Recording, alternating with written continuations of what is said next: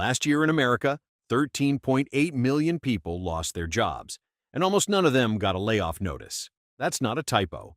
That's not the entire decade. That's 8 months. January through August 2025. Straight from the Bureau of Labor Statistics, the same government agency that tracks the jobs reports, your news anchor pretends to understand. 13.8 million Americans, roughly 1 out of every 100 working adults, every single month, gone from their jobs. And here's where it gets weird. You probably didn't hear about most of them. There were no big press releases, no CEO LinkedIn posts saying, "Today was the hardest day of my career." No CNBC chirons. Because, and stay with me here, a huge chunk of these people weren't laid off. They were managed out. They were given a chance to grow elsewhere. They were transitioned to a new opportunity. Their company evolved its hybrid policy, and they made a personal decision to seek a better fit. Today we're going to talk about the most expensive magic trick in corporate America, the one where companies fire millions of people without ever using the word fired.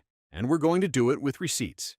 Because for once, the CEOs actually said the quiet part out loud, on the record, in writing. They just assumed nobody was paying attention. Spoiler, somebody was. Okay, so first, the 13.8 million number. Let's nail this down before someone in the comments lawyers me. That number comes from a BLS report called JOLTS, Job Openings and Labor Turnover Survey. Boring name, brutal data. It tracks layoffs and discharges, meaning every American who got involuntarily separated from a job. Layoffs, firings, let-goes. We're going in a different direction. It says all of it.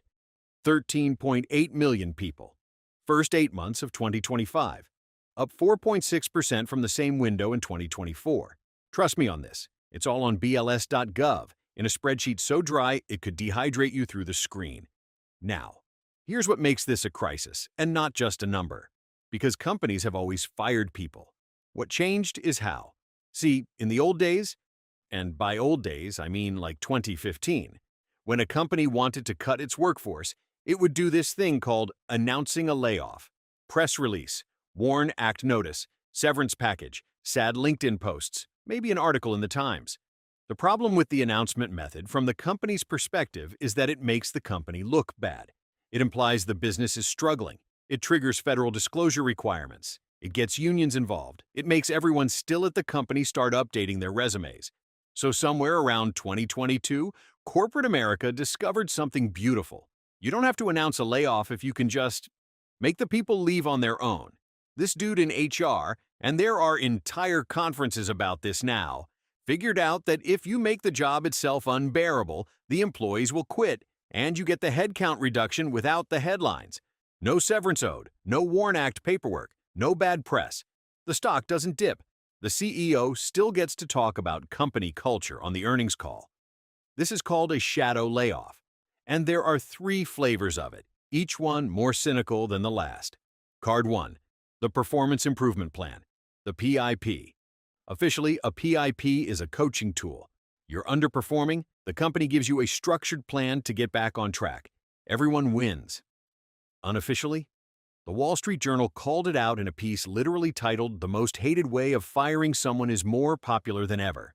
The WSJ documented that PIPs are used primarily, and I'm quoting employment lawyers here, to provide legal cover from employment lawsuits. Most employees who get put on a PIP end up terminated. Some HR analyses put the termination rate as high as 70 to 90%. So when your manager sits you down and goes, "We'd like to put you on a PIP to support your growth," what they're actually saying is, "We have decided you're leaving, and we're building the paper trail so you can't sue us when you do." It's not a performance plan. It's an exit visa with a 6-week countdown timer. Card 2, quiet cutting. This one's my favorite, in the way that watching a magician do a slow card trick is your favorite. Quiet cutting is when the company doesn't fire you. They just reassign you to a worse role. Different team, different city, different responsibilities you never asked for and aren't qualified for. A 2024 Monster survey found that 77% of U.S. employees had witnessed quiet cutting, and 58% had personally experienced it. And here's the punchline. ZipRecruiter tracked what happens to people who get quietly cut. 59% of them quit within a year. Another 9% get fired. Another 7% get laid off anyway.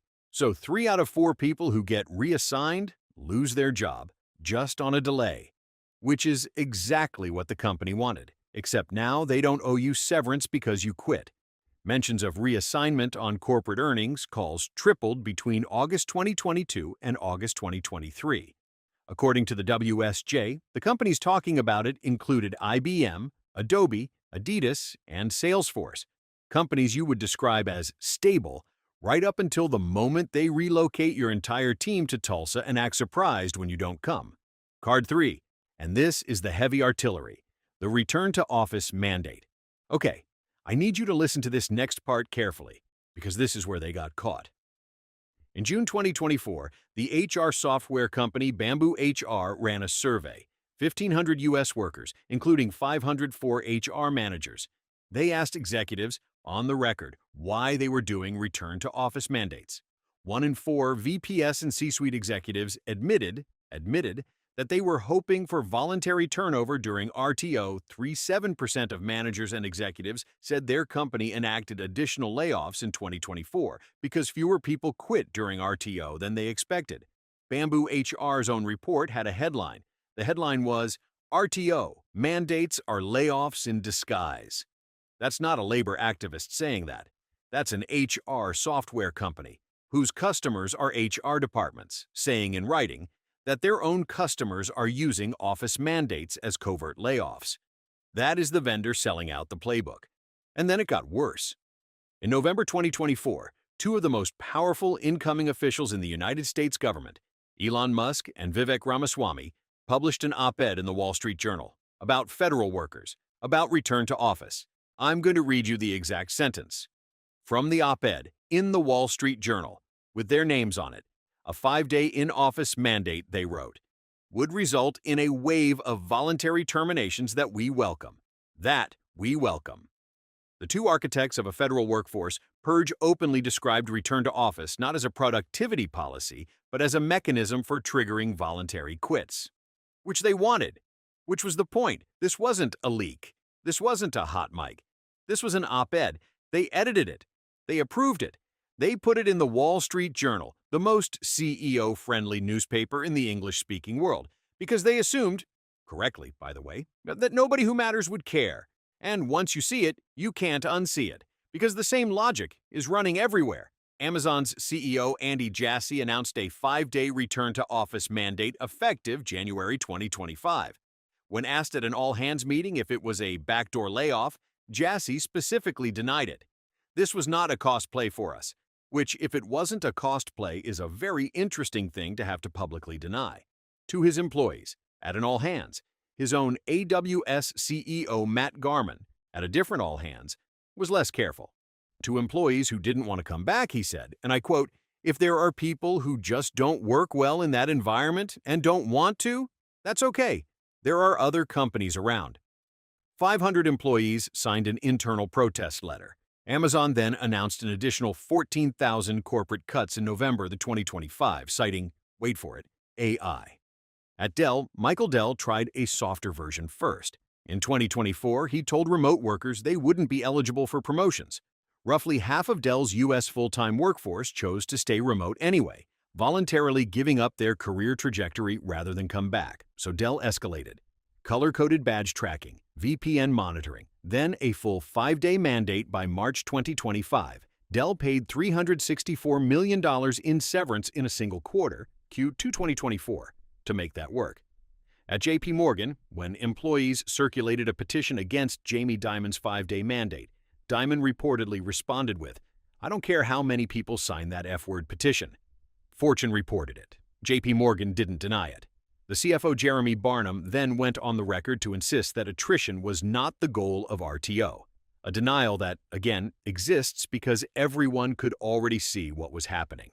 There's a study from the University of Pittsburgh, 3 million workers tracked on LinkedIn across S&P 500 companies. Their finding, our RTO mandates produced abnormally high turnover, disproportionately affecting women, disproportionately affecting senior employees, disproportionately affecting the most skilled workers in each company. The researchers' word for it was brain drain. A second study, this one out of the University of Chicago in Michigan, tracked Apple, Microsoft, and SpaceX after their RTO mandates. The senior employee share of the workforce dropped 4 percentage points at Apple, 5 points at Microsoft, and 5 points at SpaceX. 15. These aren't junior people being shown the door. These are the people you spent 10 years training, the people who hold institutional knowledge. The companies are paying a fortune in severance to make them leave, on purpose. So here's the question you have to sit with for a second. Why? Why would a company spend hundreds of millions of dollars in severance, lose its most experienced employees, and damage its own brand to achieve a headcount cut it could have just announced? The answer is on Wall Street. In February 2023, Mark Zuckerberg announced what he called Meta's Year of Efficiency. Translation: more layoffs were coming. The stock rose 23% the next day, the biggest single-session market cap gain in Meta's history. Roughly $90 billion in shareholder value added in a single trading session as a reward for telling Wall Street that thousands of human beings were about to lose their jobs. That's the trick. That's the whole trick. The Wall Street Journal ran the story. CNBC ran the story. Bloomberg ran the story. The number stuck. And every other CEO at every other big tech company saw it and went, oh. There's an academic meta-analysis. 34,594 layoff announcements, 78 studies. That nuances this. Investors don't reward all layoffs. They reward layoffs framed as proactive efficiency. They punish layoffs that look like the company is in trouble, which is exactly why nobody calls them layoffs anymore. Because calling it a layoff signals you're in trouble. But calling it a performance-based exit, or a return-to-office realignment, or raising the bar, that signals strength. The stock goes up. The CEO's stock-based compensation goes up. The board's annual bonus pool goes up. In 2022, the same year Alphabet announced 12,000 job cuts, Sundar Pichai's total compensation came in at $226 million, more than 800 times the company's median employee compensation. That's a real number from a real SEC filing. In 2024, the year Amazon was rolling out its RTO mandate, Andy Jassy's compensation hit $40.1 million, up 37% year over year. And maybe that's the part that should bother you. Not that a CEO made $226 million. We're all numb to that by now. The part that should bother you is what it means. It means that somewhere, in a glass conference room, somebody did the math and figured out that the most profitable thing a publicly traded company can do, more profitable than launching a new product, more profitable than entering a new market, is to remove human beings from its payroll in a way that looks decisive on a slide. It means a generation of executives has been trained by their compensation structure to see the people who built the company as a line item to be optimized, not by lying to investors, by lying to the workers. And the part you should really sit with, if you're still employed right now somewhere, is this: the 5-day RTO mandate, the we're raising the bar on performance, the reorg that moved you to a team you didn't choose, the PIP your manager said was just a formality, the new badge tracking system, the Slack message asking you to come into the office on Friday for team building. You already know. You've been having the feeling for months. You just didn't have the words for it. So next time some CEO posts a LinkedIn essay about tough decisions and the future of work and embracing change, remember the 13.8 million. Remember the Bamboo HR report. Remember the WSJ op-ed where two of the most powerful men in America wrote down, in the most prominent newspaper in the country, that they wanted to push workers out and called it a welcome outcome. The crisis isn't that the layoffs are happening. Recessions happen. Industries shift. People lose jobs. Always have. The crisis is that they've figured out how to do it without anyone noticing. They've taken the largest mass workforce reduction in modern American history and dressed it up as a hybrid policy. And the worst part? It works. The stocks keep going up. The CEOs keep getting paid. And the official unemployment rate, the one your news anchor reads off the teleprompter, that number stays low because all the people who got managed out took a 10% pay cut at their next job, and the rest are still looking. And BLS counts both of them as employed, or no longer in the labor force. You now know something most people will never figure out. Sleep on that.